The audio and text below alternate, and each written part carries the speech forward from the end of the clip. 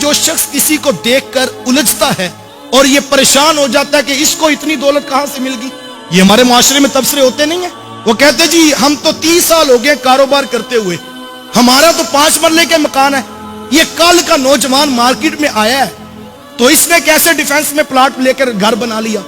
और मियां प्लाट जो है वो नौकरियों से तो नहीं मिलते, प्लाट जो है वो कारोबार से तो नहीं मिलते, प्लाट तो बंदा 120 दिन का मां के पेट में होता है, एक फरिश्ता आता है उसके हिस्से के सारे प्लाट लिख के चला जाता है। तो जिस रब ने लिखे हैं उसने तो अता करने हैं। तो किसी का सफर 50 साल में, किसी का 60 साल में, किसी का 30 साल में, हम उलझ जाते हैं। काश के हम इस पर गौर करें कि ये कितना बड़ा मर्ज है। और बड़ी खूबसूरत बात किसी दानिश्वर ने की। वो दानिश्वर कहते जो असल में हासिद शख्स है, जिससे हसद कर रहा है उससे नहीं उलझता, असल में अपने रब की तकसीम के ऊपर एतराज करता है कि इसको ये दिया क्यों गया। यार देने वाला तो रब है।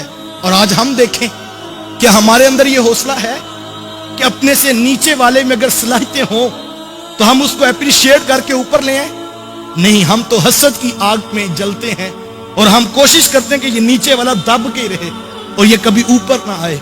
इसी वजह से हमारे मुआशरे के अंदर इदारे तबाह हो गए, हमारे स्कूल्स इंस्टीट्यूट जो है वो तबाह हो जाते हैं कि जो सलाहियतों वाला वो नीचे दब जाता है और लोग हसद की वजह से उसे ऊपर नहीं आने देते। मैंने अपने बचपन के अंदर एक मदरसे को उजड़ते हुए देखा है और उसकी बुनियादी एक वजह यही थी कि जो बड़े असातिज़ा वहां पर मौजूद थे, अल्लाह ने एक नौजवान को जो 30 साल की उम्र के थे तो उनको इल्म का नूर भी दिया, ज़ुहद व तकवा भी रब ने उनको अता किया और अल्हम्दुलिल्लाह वो मुफ्ती भी बन गए, हाफिज़ कुरान भी थे, कारी कुरान भी थे।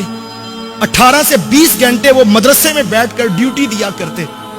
तो इदारे के मुंतज़िमीन उनकी वो सलाहियतें देख रहे थे तो उन्होंने उनको बुला करके नाज़मियत का ओहदा उनको दे दिया कि आप आज के बाद नाजिम हैं मदरसा के।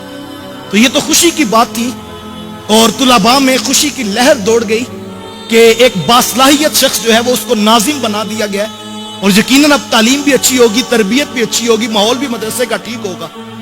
लेकिन बड़े असातिज़ा को ये बात हजम ना होती थी।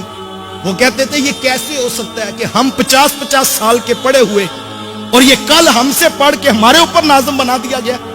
काश के वो ये सोचते कि मियां जिस सफर में तुम्हें 50 साल लगे हैं, जिस रब ने 50 साल में तुम्हें अता किया है, वो करीम किसी को 30 साल में नहीं अता कर सकता।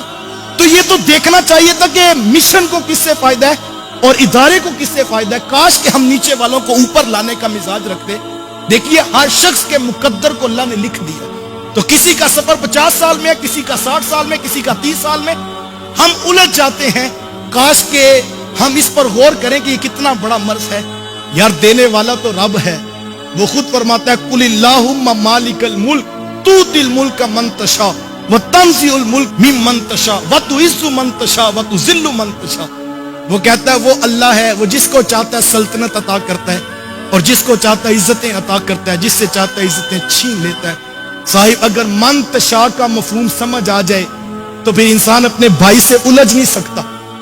साहिब लोगों के साथ मुकाबला नहीं है, अपनी जिंदगी को औरों की तरफ देखकर बेचैन ना कीजिए।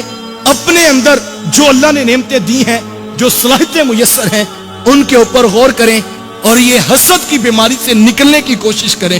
कहीं ऐसा ना हो कि हसद आपकी नेकियों को चाट जाए, नेकियों को खा जाए और फिर पता लगे कल क़यामत के दिन कि जो नेकियां की थी वो भी नामा अमाल में नहीं निकली हैं। इस वीडियो को शेयर जरूर कीजिए, हो सकता है आपके एक शेयर से ये बात किसी के दिल में उतर जाए। जज़ाकल्लाह।